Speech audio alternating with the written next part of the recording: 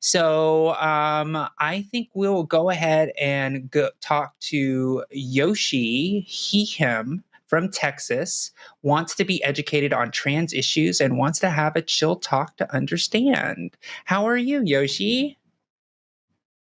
I'm doing excellent. How are y'all doing today? Doing great. Good? Doing good.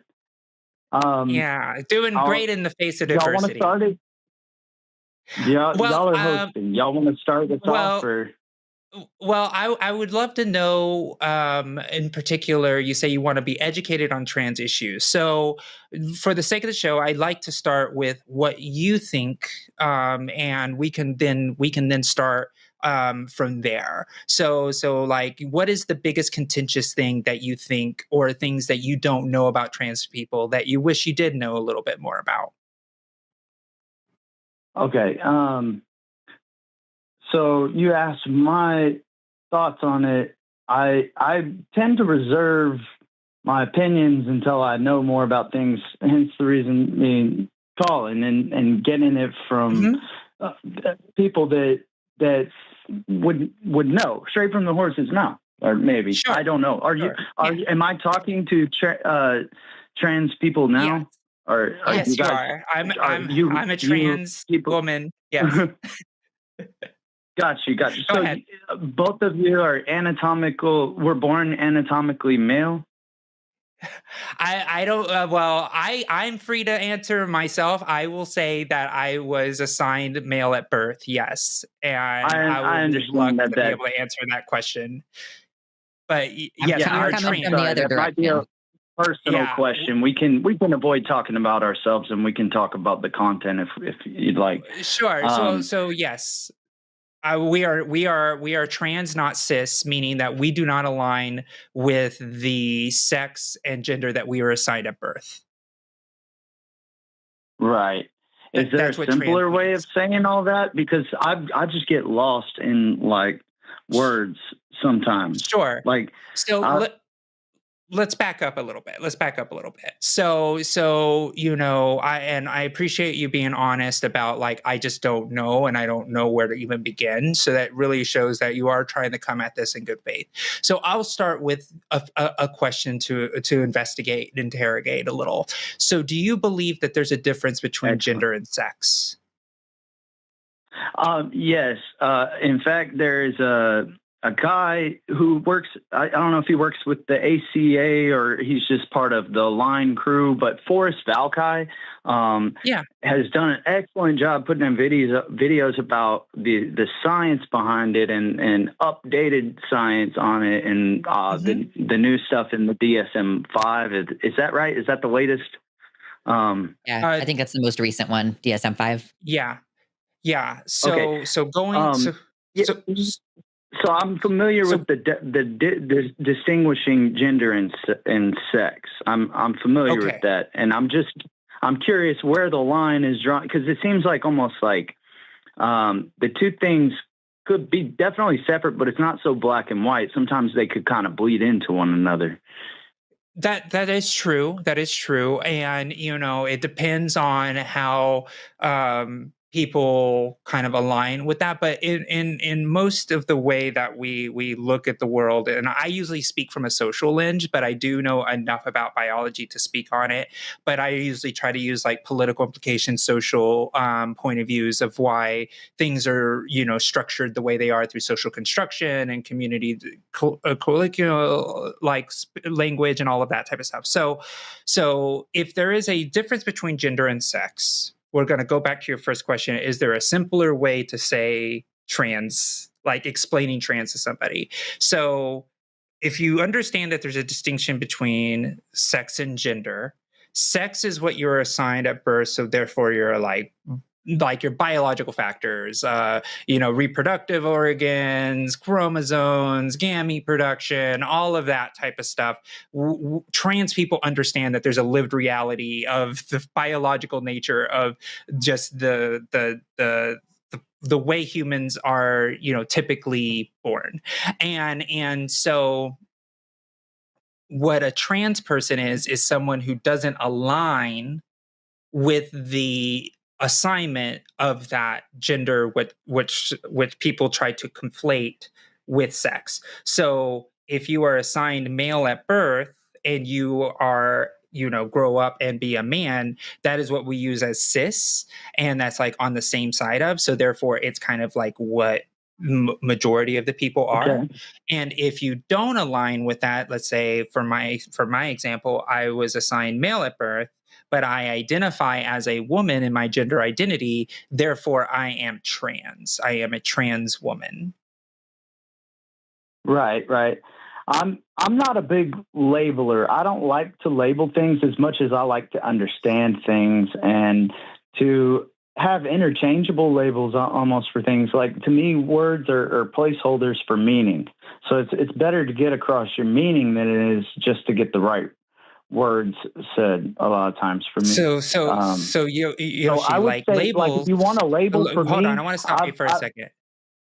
Yeah, I go just ahead. want to. I just want to say, like, as far as the descriptors of how we use words and labels. So, for example, like a computer used to not be a word that used to be in our language. So we were able to say, okay, a computer is what we have, and then inside that computer there's circuit boards, there's chips, there's resistors, there's transistors, there's all of these little things, and we have to label them. But for an average, human, you could say the circuit board.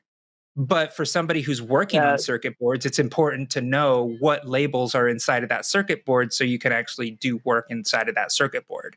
So it really comes down to what level of jargon you want to get into something more deeply and more detailed. So that's why when we're talking about gender, we're using more descriptive language of, let's say, cis and trans and, all of the different words that we're using, so we can be more descriptive when we're digging into the deeper topic of trans and gender identity. Does that make sense?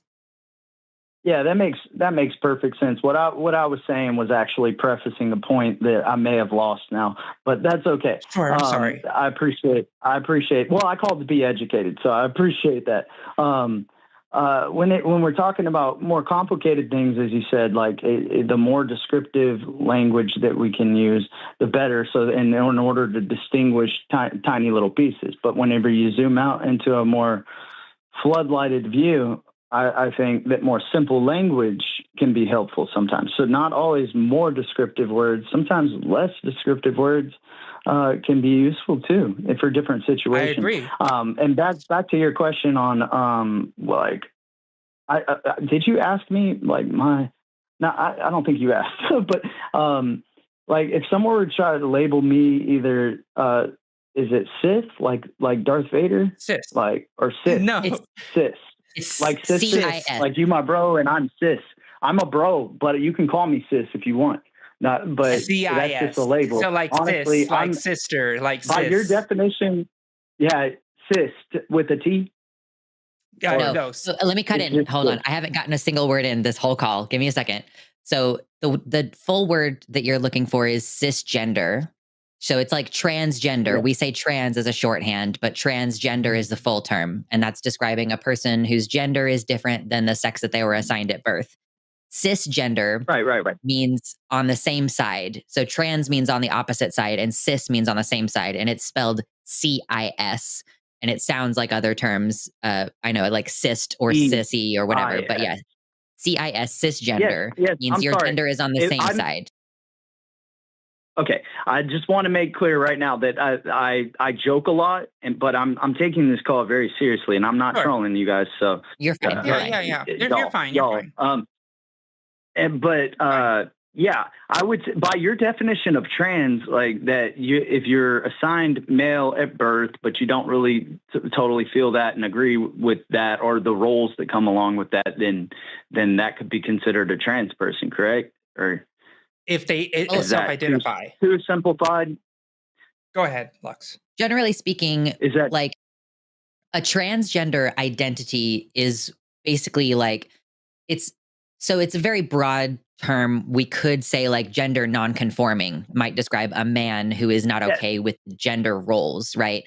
But like to be trans is to have like an earnest identity that is like, so it's like, yeah, there's a lot of men out there who like don't really care about living up to masculine ideals, but they still identify as men, even if, let's say, like they're a really effeminate gay man, right? Like, but there Right. is a subcategory of man that can be feminine and gay and still be considered a man.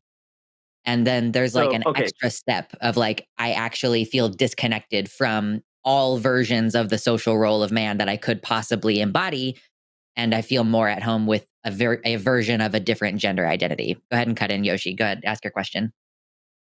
Yeah. So, thank you.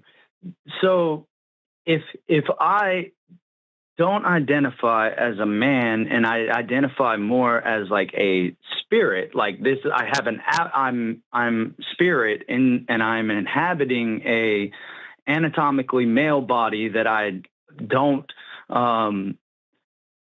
feel the need to play certain roles that are societally expected of me as an anatomical man. Would you consider that person to be trans as well?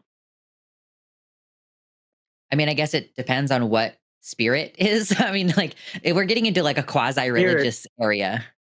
Yeah, Okay. I Spirit, guess spirit is just another essentially. word. You know, we're using lots of words here. Let me define spirit for you. Let me have a chance to do that since you're asking me what I mean by it, which is fair. Yeah. I would say that spirit would be consciousness.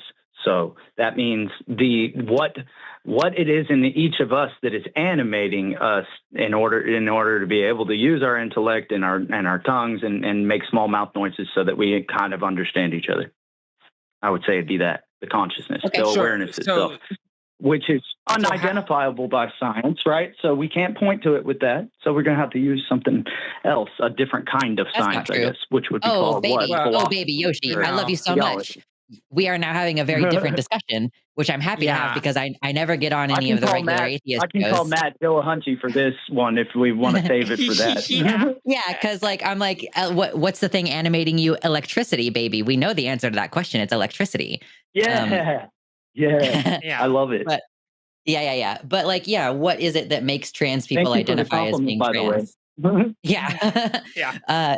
That's just a very different conversation. So I think part of what Josie was trying to establish is kind of trying to figure out where it is that your question is here. So like, what is it about transness that, that you need elucidated? And I think that you're kind of driving toward, at least I have the sense that what we're driving toward here is a conversation about like what makes people what they are in essence, like what makes you your personality. Am I on the right Right. track? I, no, not Okay. necessarily. What my question is really what are the best ways to talk about this with one another with in general a language that we could all share, because not a lot of people Sure. especially where I'm from in Central Texas are well versed in science That's where I was born or and raised. um, Born and raised in Central Texas. these yeah. So it's like I just want to find a way to be able to communicate Sure. with everyone productively. So it's like I'm a language hacker, I guess you could say, and So so so I you like to should try to so you build should love bridges this. between people. Okay. So Yoshi, let me jump in. I'm also from Central North Texas, Dallas Fort Worth area, where I was born and raised. So I was raised in a conservative household, and yeah, I had to talk to my parents about being trans and what that meant for me. And it took a little bit of time because I had to use the language that eventually, spoke to them in a way that they understand. I was just on the phone with my mom the other day, where she was just like, "I don't understand why these bills are happening." She's a conservative, and she was like, "I don't understand why these executive orders are happening to trans people." She goes, "You're a woman. It's obvious you're a woman. Why are they putting an M on your passport? That doesn't even make any sense," type stuff, right? And my mom wasn't saying you're a trans woman, you're a trans woman, but she was just saying you're a woman. And when you were talking about like blowing out the language, right, to like this floodlight point of view of this, I'm gonna illuminate that right now. So, for example, I'm gonna ask you a very simple question. Um, a redheaded woman, a black woman, a Asian woman, a cis woman, and a trans woman, are they all a type of woman? Oh, absolutely. Yeah. Okay, great. So there is a categorical way of taking a look at like woman, man, non-binary, people, humans. There's always a categorical way of taking a look at things. So in reality, if I was in a group of women, you wouldn't be like, oh, that trans woman over there. You'd be like, no, that woman with the curly curly dark hair with the glasses. I Because you would. would just You're be, right about that. yeah, I right. would. Right. So at that moment, you are using general language to describe my identity without having to use the word trans at all. So when we're Yeah. talking about these issues, especially when we're trying to educate people around us about the existence of trans people, we are trying to understand, like, there's no reason I should have any less rights than any other woman that's walking around in society, right? Like, I should be able to interact in public life. I should be able to not have those things restricted from me just for the sake that I identify as a woman, but yet I was assigned male at birth. And so when I'm talking in very general terms, that's what I'm usually saying to people, because I actually work in, political and activist work, where I am trying to talk to people who have never met a trans person in their entire lives. And I have to try to, in a few minutes, if not a few seconds, try to describe my lived experience as a trans person and fight for my community to be able to say, people deserve human rights. Right. So that's kind of the angle that I Yeah. take it. So without having to use cis, without even really having to use trans that often, without having to use a lot of the jargon that we were talking about going into like gamete production and all that type of stuff, like we're talking about like the inner workings of a circuit board when we just want to talk about the computer. Right. Like, and so Right. so so for me, that's kind of how I look at language. And I feel like a lot of times on a lot of calls that we have here and people in society that are very obsessed about the trans issue start going into the really deep, detailed language of things where they want to split hairs at the most minute level and trying to like Yeah. Yeah. take us away from the basic point of view of like we deserve human rights, right? And so Amen. that's Amen to really that. that. Right. Like, for example, we were talking at the beginning of the show about military members having access to be able to serve, right? I'm a trans veteran. I know a lot of trans people who are in the military right now. Why should we remove them from service if there's no reason to, right? It's just like they're fit, they pass all the readiness tests, they're qualified, they do all the work, and they want to serve our country. It looks like you should be able to serve if you're an American citizen that way. But there are people who are saying no for arbitrary reasons. So that's kind of where I land. What do you think about all that, Yoshi? Especially when it comes to language I and like zooming out. well, I think that everybody should have a right to express themselves as they would like to, if they're not hurting anybody. And if it confuses people and makes life harder on them, why, first of all, why, how or why? And, and then we can go into it. But I don't think anybody wanting to identify in a certain way or dress a certain way or sound a certain way or play certain roles is anybody else's business. But the only thing that I would like to go into like a deeper conversation about, like, each individual has their own reasons for wanting to express themselves the way they do. And I just wonder, when it comes to changing your body on the outside in drastic ways, is it possible that there may be underlying discontentment with what's been given to you from birth? So like, yes, we're assigned male or female by man, and I'm using that in a general, mankind, I hear or people, sure. I know what you mean. humankind. Sorry. Yeah. I'm old school. Well, So, I'm not really, but we're assigned that by humans, but in a way, I guess if I'm allowed to use the word God, well, let's say the universe. The universe has assigned you either male or female from birth. That, sure. and that we're talking about sex there, not gender. But sexually speaking, you're assigned either male or female when you come into this world. And so my question is it possible that I'm not going to call it a mental disorder, but maybe a spiritual thing happening that causes people to do this? And I'm not even saying it's either right or wrong. I'm just saying, would you psychological, let's say, instead of spiritual, since spirit I've defined as consciousness, so it would be a psychological phenomenon. We've already I think both agree on that point, but I guess we could have a more nuanced conversation about which pieces, instead of being black and white about it, like which pieces of it are healthy and unhealthy to a person's psychology. And I think that can be looked at through a more general sense. And like, yes, we're all individuals and have individualistic expression, but we also are all human and we all share qualities and things. So maybe there is. So Yoshi, just not to mean to cut you off. I'm just trying to make it concise because we're trying to take a bunch of callers. I was long-winded there. Go ahead. No, it's okay. Yeah, no absolutely. worries. We can wrap this up whenever y'all want. Yeah. No worries. So when you were discussing essentially, I should have wrote this down, but you were talking about. Oh my gosh, my train of thought. I lost it. Lux, you want to go first and then I'll get back? Go for it. Please. I'm so ready.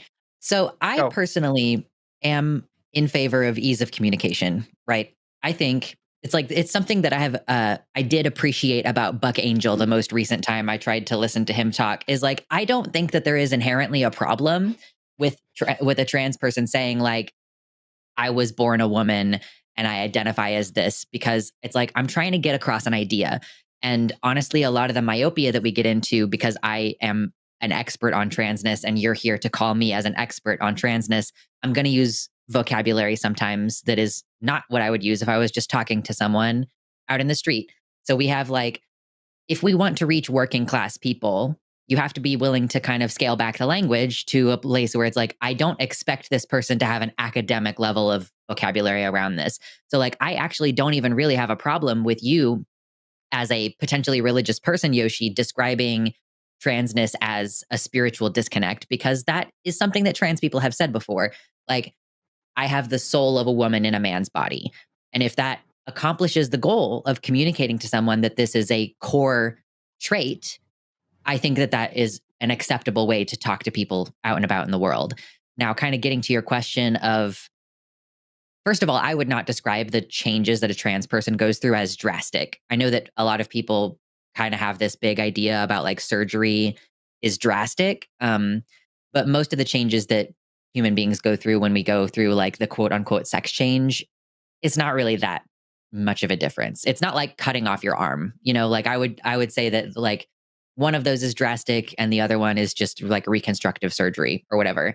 And like, as to whether that is indicative of like a spiritual illness or a psychological illness, like we've kind of looked into that. We've studied it quite a bit. And it seems like no matter how drastic the action appears from the outside, for people who are going through it and seeking this surgery or that treatment or whatever, it seems like it has a positive benefit in a way that is different from, we've got these other drastic things that people will do, like get like butt implants or hip implants or facial reconstructive surgery for non-trans reasons. Removal.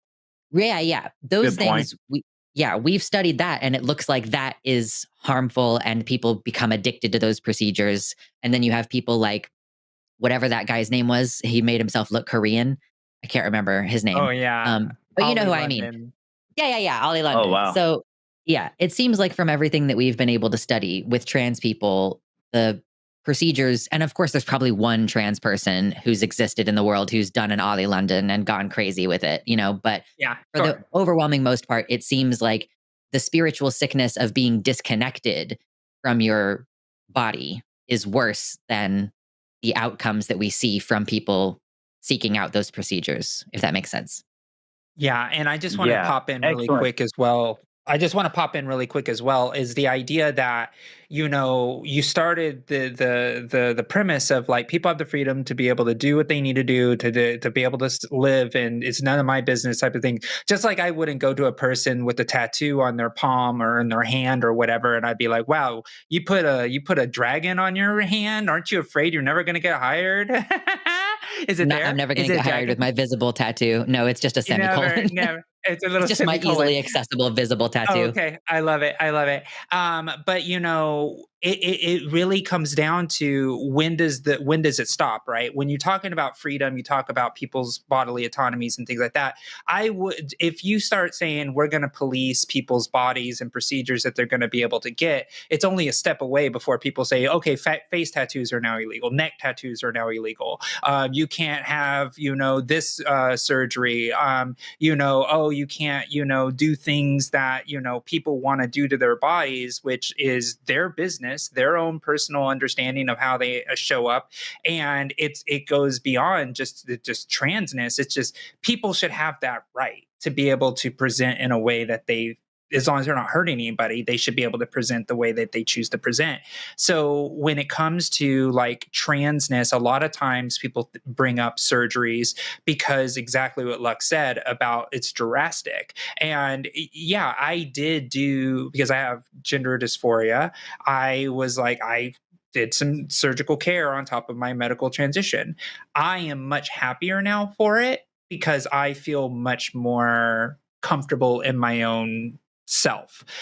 We also have studies of 92,000 trans respondents on a survey that people in that pool that had gender affirming surgeries, it was 98% of folks that were somewhat satisfied or very satisfied with that surgical care. So what we're able to see is as long as it's helping people, then we shouldn't restrict that. And I would like to add this as well. This is all doctor prescribed medically necessary healthcare as well. So the same processes that a trans person has to go to get a, bottom surgery, for example, a person with knee surgery also needs to get a recommendation from a doctor too. So at the end of the day, it is a medical procedure, and that's where we should be able to allow doctors to prescribe that healthcare when necessary. Gotcha. Gotcha. Yeah. Yeah, it's really great points on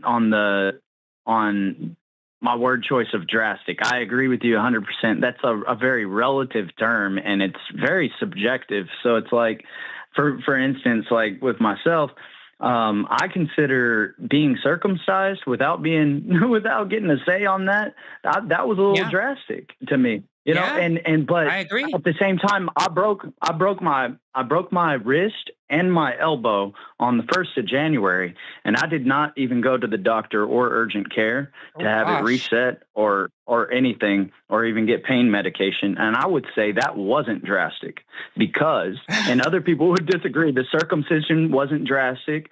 But the whole breaking my arm thing was, well, it's my body, my choice. What happened to that? And there was a reason behind me doing that. It was a lesson that I felt like I needed to learn. And I used that experience to gain humility that was much needed, because I had developed what I like to call a spiritual ego, or you could, I guess, a more,